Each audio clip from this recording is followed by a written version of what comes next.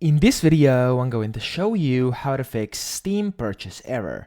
Now, the first thing you can do is you want to open up Steam and you want to go to your account name up here, click on it, and then click on account details, and then next is your username.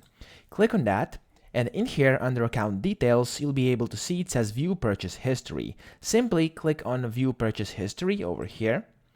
And then once you do this, over here, you're going to see your purchases. Now, in case something went wrong with one of the purchases and you got the error, it's going to say pending somewhere over here. You want to click on pending, and then if it is pending, and actually you can see a bunch of options, you will have to essentially click on cancel transaction or cancel this purchase or whatever it says. And that way, you'll be able to basically cancel that. You'll get your money back. And then after this, you'll be able to buy the game again. And hopefully the error is no longer going to be there. That's the first thing you can do. However, if that doesn't work, and if you can't see it over here, you want to go to help up top over here, click on Steam support, and then once this loads up, there we go, you want to scroll down, and then you want to click on purchases under categories.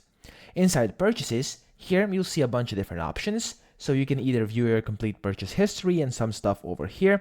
And here, what you should do is click on I can't complete my purchase on the Steam store. Okay, so this is going to be the one. Click on that.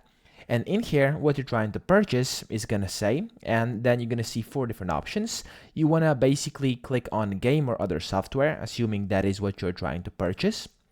And over here, it's going to say, I'm having trouble with my retail CD key. If that's not it over here, it means that's basically not the thing you are trying to achieve. And then you can just search for different things in here, and hopefully you'll be able to find it. Okay, so let's say you're having problem with, I don't know, NBA 2K25. Okay, you want to look for it and click on that.